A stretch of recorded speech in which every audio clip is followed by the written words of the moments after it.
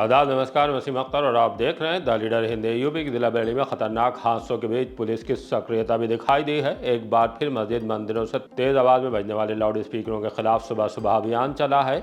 यही वो वक्त था जब बिजली विभाग की टीम फोर्स के साथ सुरखाबांद खाना के इलाके में पहुंची। चोरी पकड़ने के लिए चेकिंग की गई। 2 रिक्शा चार्जिंग स्टेशन पकड़ लिए गए। कई घरों पर भी मीटर को बाईपास करके बिजली इस्तेमाल की जा रही थी। सभी के कनेक्शन काट कर FIR लिखा दी गई है। चेकिंग के दौरान पूरे इलाके में खलबली मची रही। कैंट पुलिस ने क्रिमिनल को किराए पर रखने में एक मकान मालिक को नाप दिया है। 100 फुटा पर हैरत अंगेज हादसे में नई चमचमाती टाटा सफारी कार उल्टी हो गई है। महाराणा प्रताप की शोभा यात्रा को लेकर तनातनी के बाद SP सिटी ने स्थिति साफ की है। दफन किए गए एक बच्चे की लाश को निकालकर पोस्टमार्टम के लिए भेज दिया गया है। रिश्वत में पकड़ा गया ट्रेनी दरोगा निलंबित। फॉर्चून के नाम पर पकड़ा गया बड़ा खेल। खबरें और भी हैं, आइए सभी की तफसील बताते हैं।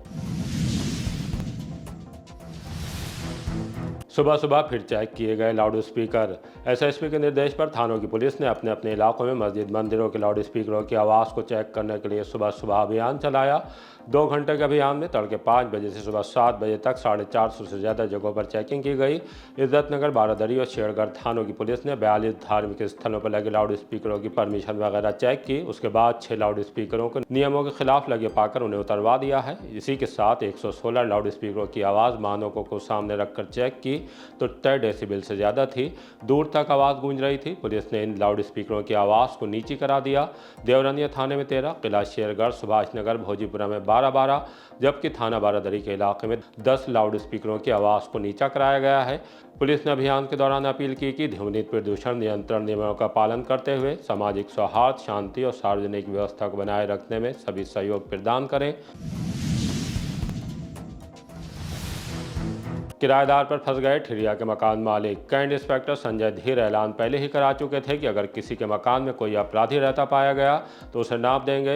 लिहाजा सभी को अपने अपने किराएदारों का थाने से सत्यापन कराने के लिए कहा था।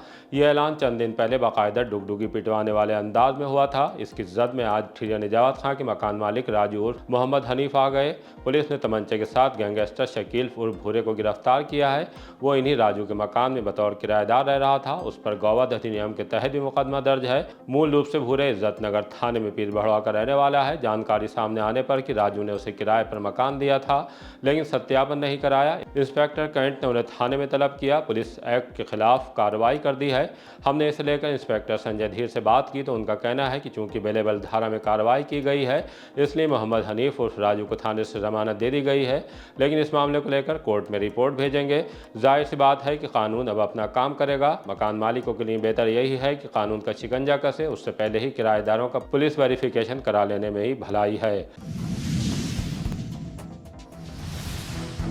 सुबह सुबह बांधखाना इलाके में बिजली की चेकिंग। बिजली चोरी रोकने के लिए विद्युत विभाग ने सुबह बड़े पैमाने पर चेकिंग अभियान चलाया। हाई लाइन लॉस और हार्ड पार्ट में मॉर्निंग रेड और कॉम्बिंग की गई।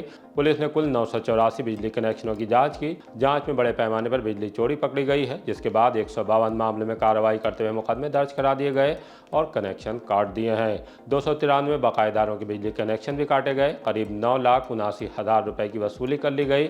सुरखाबांद खाना, रदा चौक में बिजली विभाग, परिवर्तन दल और पुलिस की संयुक्त टीम ने विशेष अभियान चलाया। जांच के दौरान 2 अवैध रिक्शा चार्जिंग सेंटर पकड़े गए, जहां सीधे बिजली के पोल से केबल डालकर रिक्शा चार्ज किए जा रहे थे। एक स्थान पर 21 और दूसरे पर 17 रिक्शा चार्ज होते मिले। विभाग ने मौके पर केबल काटकर जब्त कर ली और बिजली चोरी का मुकदमा दर्ज करा दिया। बिजली विभाग का कहना है कि इस तरह की अवैध बिजली चोरी से इलाके में ओवरलोडिंग और ट्रिपिंग की समस्या बढ़ रही थी, जिससे आम उपभोक्ताओं को परेशानी हो रही थी। विभाग ने साफ कर दिया है कि आगे भी ऐसे अभियान जारी रहेंगे। शोभा यात्रा को लेकर तनातनी, फिर हुआ समझौता। थाना सुभाष नगर के महेशपुरा ठाकुरान में महाराणा प्रताप शोभा यात्रा को लेकर 2 पक्षों में ठन गई। एक पक्ष शोभा यात्रा निकालने पर अड़ा था तो दूसरे ने साफ कह दिया कि बाबा साहब की जयंती पर उस रूट से हमें नहीं निकलने दिया तो अब हम भी नहीं निकलने देंगे। इसे लेकर पुलिस हरकत में आ गई। दोनों पक्ष थाने भी पहुंच गए। दोनों ने पुलिस के सामने अपनी बात रखी। उसके बाद पुलिस की मध्यस्थता में दोनों पक्षों में बातचीत हुई। SP सिटी मानुष पारिक का कहना है कि आपसी सौहार्द को लिखित समझौता हो गया। जुलूस निर्धारित रूट से निकाला गया। आज दिनांक 9 मई 2026 को थाना सुभाष नगर स्थित महेशपुरा गांव में एक जुलूस के रूट को लेकर गांव के ही 2 पक्षों के मध्य मतभेद की सूचना प्राप्त हुई। सूचना प्राप्त होते ही और समय रहते पुलिस के द्वारा दोनों पक्षों से वार्ता की गई और आपसी सौहार्द और पूरे समन्वय के साथ दोनों पक्षों के बीच में लिखित समझौता हुआ। यह समझौता लगभग 1 बजे दोपहर में हुआ। जुलूस अपने निर्धारित समय और रूट से लगभग 5 बजे निकला और शाम को 7 बजे सकुशल संपन्न हो गया। गांव में मौके पर विवाद होने की सूचना पूर्णतया भ्रामक है। रिश्वत में पकड़ा गया ट्रेनी दरोगा निलंबित। एसएसपी अनुराग आर्य ने ट्रेनी दरोगा विमल कुमार चौहान को निलंबित कर दिया है, इसलिए कि गुजरे दिन भ्रष्टाचार निवारण संगठन एंटी करप्शन की टीम ने उसे बैरियरपुर चौकी में 10,000 की रिश्वत लेते रंगे हाथों दबोच लिया था। उसके खिलाफ सीबीगंज थाने में एफआईआर भी दर्ज करा दी थी। उस पर अब एसएसपी की तरफ से भी अनुशासनात्मक कार्रवाई कर दी गई है। 100 फुटा पर पलटकर उल्टी हो गई टाटा सफारी। इज्जतनगर के इलाके 100 फुटा रोड पर सुबह के वक्त एक अलग तरह का हादसा हुआ है।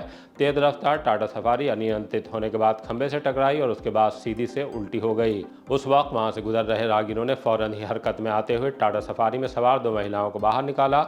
उन्हें इलाज के लिए प्राइवेट अस्पताल ले जाया गया। महिलाएं कौन थीं अभी ये तो साफ नहीं हो सका है, लेकिन पुलिस उनकी कार को थाने ले गई है। हादसे के बाद उल्टी हुई कार को देखने के लिए मार्ग पर भीड़ लग गई। लोग उसका वीडियो भी बनाते दिखाई दिए।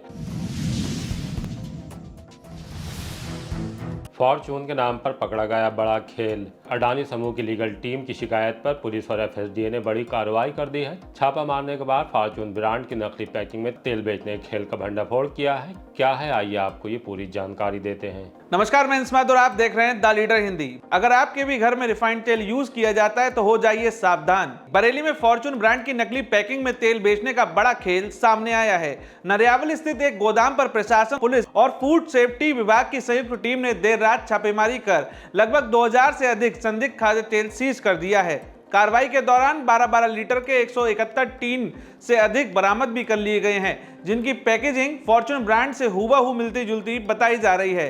जांच में सामने आया कि राजहंस फंक्शंस और फॉर्मूला के नाम से तेल की पैकेजिंग कर बाजार में सप्लाई की जा रही थी। अडानी समूह की लीगल सेल की शिकायत पर हुई इस कार्रवाई में गोदाम से सुगंध समेत कई अन्य ब्रांड के नामों से भी पैकेट बरामद किए गए हैं। मौके पर खड़े 2 टैंकरों को भी जांच में लिया गया है। फूड सेफ्टी विभाग ने तेल के सैंपल लेकर पूरी खेप को सीज कर दिया है। जांच के दौरान लगभग 780 लीटर नेपाली तेल भी बरामद हुआ है। अधिकारियों का कहना है कि लैब रिपोर्ट आने के बाद ही साफ होगा कि तेल नकली है या गुणवत्ता मानकों के खिलाफ तैयार किया गया है। वहीं कंपनी की ओर से कॉपीराइट उल्लंघन के आरोप में बितरी चैनपुर थाने में तहरीर भी दी गई है। ई रिक्शा पलट जाने से 4 छात्राएं घायल। थाना सुभाष नगर के इलाके में नाले के पास ऑटो के कट मारने से छात्राओं को कॉलेज ले जा रही ई रिक्शा पलट गई। सुबह के वक्त हुए इस हादसे से मार्ग पर अफरा तफरी मच गई। राहगीर मदद को दौड़ाए, पुलिस भी पहुंच गई। छात्राओं को इलाज के लिए जिला अस्पताल ले जाया गया। सभी छात्राएं विश्वनाथपुरम कॉलोनी की रहने वाली हैं और वो आर्यपुत्री इंटर कॉलेज के लिए जा रही थी। अब इस मामले में कट मार कर फरार होने वाले ऑटो चालक को पुलिस तलाश कर रही है। कहाँ रहती हो? अच्छा, कैसे चोट लगी थी? हम ऑटो जा रहे थे, ऑटो पलट गया था हमारा। कितने लोग सवार थे ऑटो में? हम लोग 4 थे। कहाँ पर पलटा था? सुभाष नगर नाला उस साइड। कौन से स्कूल में पढ़ने जाती हो? आर्यपुत्री इंटर कॉलेज। किस क्लास के छात्र हो तुम? 11। अच्छा, कब का हादसा है?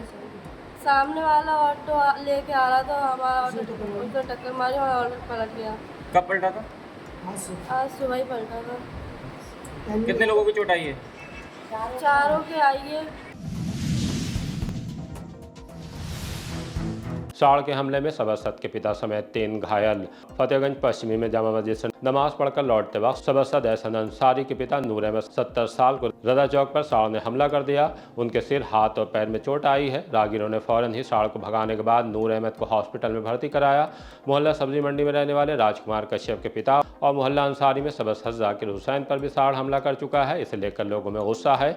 ईओ पुष्पेंद्र राठौर से उन्होंने मांग की है कि साड़ को पकड़कर गौशाला भेजा जाए।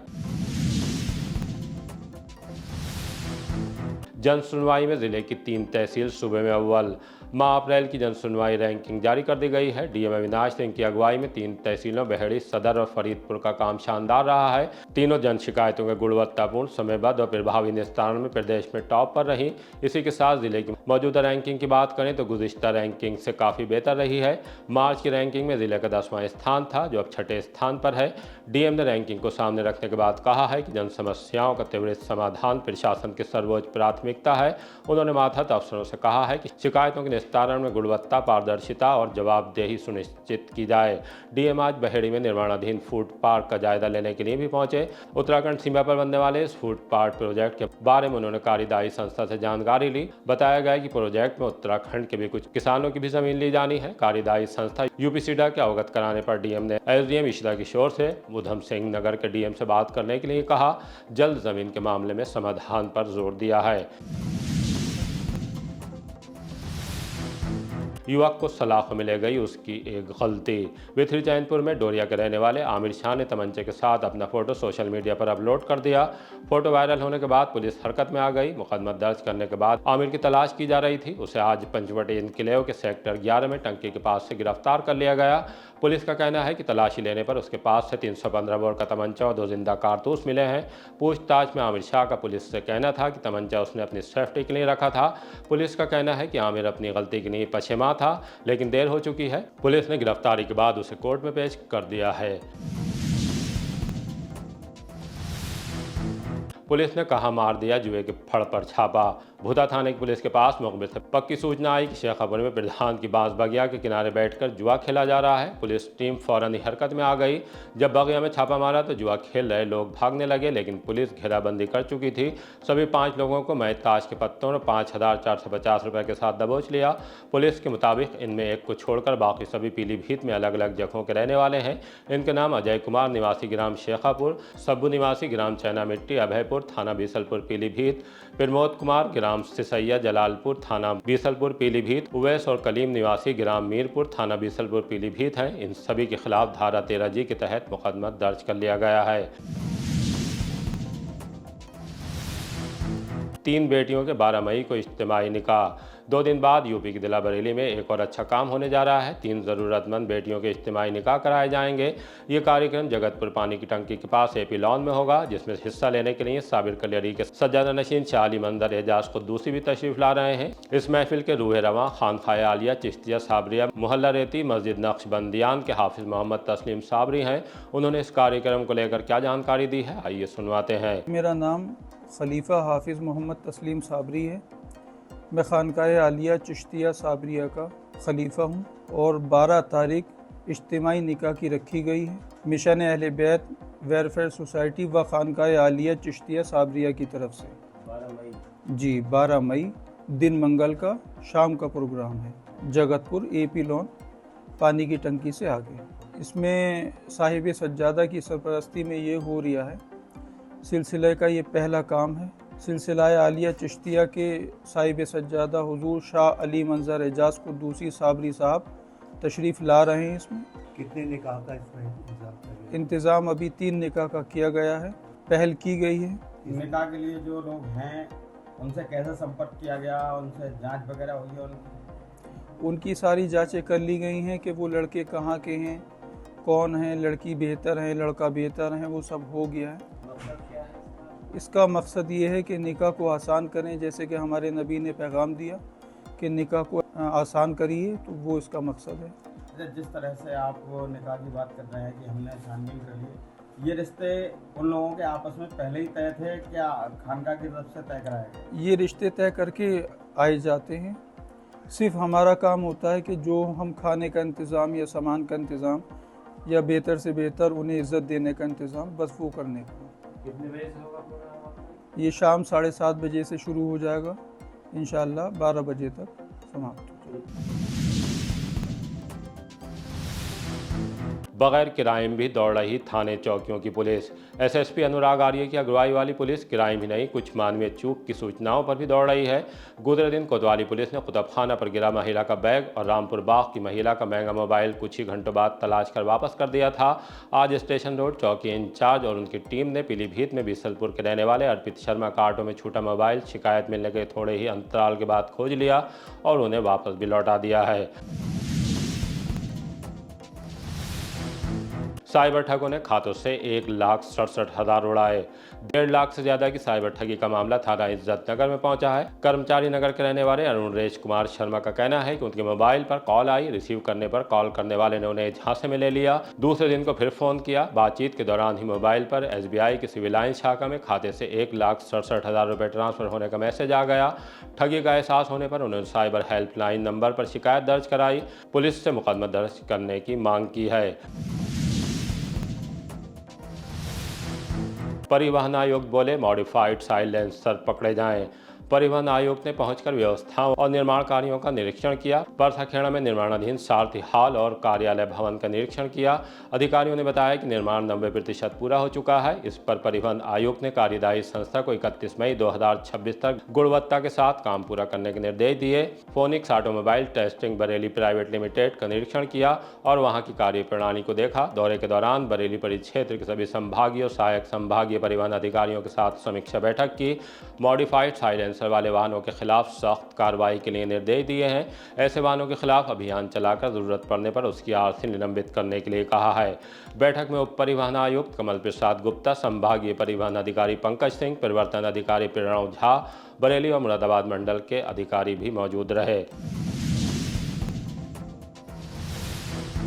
राष्ट्रीय लोक अदालत में 2,45,000 मामलों का निस्तारण।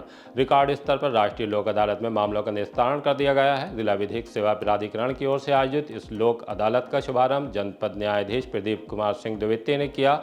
लोक अदालत में न्यायिक अधिकारियों, बैंकों, बीमा कंपनियों, अधिवक्ताओं और विभिन्न विभागों ने भाग लिया। इस दौरान 2,45,366 मामलों का सुलह समझौते का आधार पर निस्तारण किया गया। साथ ही करीब 18 करोड़ रुपए से अधिक की धनराशि से जुड़े आदेश पारित किए गए। पारिवारिक न्यायालयों में 99 जोड़ों के बीच समझौता करा दिया गया। 1 लाख से ज्यादा ई चालानों का निपटारा हुआ। क्रिसेंट पब्लिक स्कूल में हुआ मदर्स डे कार्यक्रम। पीलीभीत बाईपास रोड स्थित क्रिसेंट पब्लिक स्कूल में मदर्स डे पर एक यादगार कार्यक्रम का आयोजन किया गया। इसका मकसद माताओं के प्रेम, त्याग और समर्पण को सम्मान देना था। इस अवसर पर स्कूल की प्रधानाचार्य गजाल अनवर के साथ प्रबंधक मिर्जा नादिम बेग, अध्यक्ष मोहम्मद कासिम कश्मीरी, डॉक्टर मोहम्मद शाह खान और हाजी अदनान अहमद आदि मौजूद रहे। कार्यक्रम में छात्र छात्राओं ने अपनी माताओं के साथ बढ़ चढ़कर हिस्सा लिया। गीत, नृत्य और नुक्कड़ नाटक पेश किए। मां के पांव धोकर उनके प्रति समर्पण की भावना का इजहार भी किया है। सिरौली में निकाली गई बच्चे की लाश, होगा पोस्टमार्टम। थाना सिरौली में चंद दिन पहले एक दिव्यांग बच्चे की मौत हो गई थी। वो अपने पिता अनिल के साथ रहता था, जिनका अपनी पत्नी संध्या से विवाद चल रहा है। पत्नी ने एसडीएम आंवला से शिकायत की कि पति ने बेटे को मारकर उसके शव को तालाब के पास दफना दिया है। उस पर संज्ञान लेते हुए नायब तहसीलदार सिरौली क्षेत्र दीपक कुमार पुलिस के साथ पहुंचे और बच्चे की लाश को निकालकर पोस्टमार्टम के लिए भिजवा दिया है। इसी तरह की ताज़ा अपडेट जानने के लिए देखते रहिए द लीडर हिंदी। विदा लेने से पहले हमारी आपसे गुजारिश है कि हमारी रिपोर्टिंग पसंद आ रही है तो खबरों को शेयर कीजिए और हमारे चैनल को सब्सक्राइब करके हमारा हौसला ज़रूर बढ़ाइए।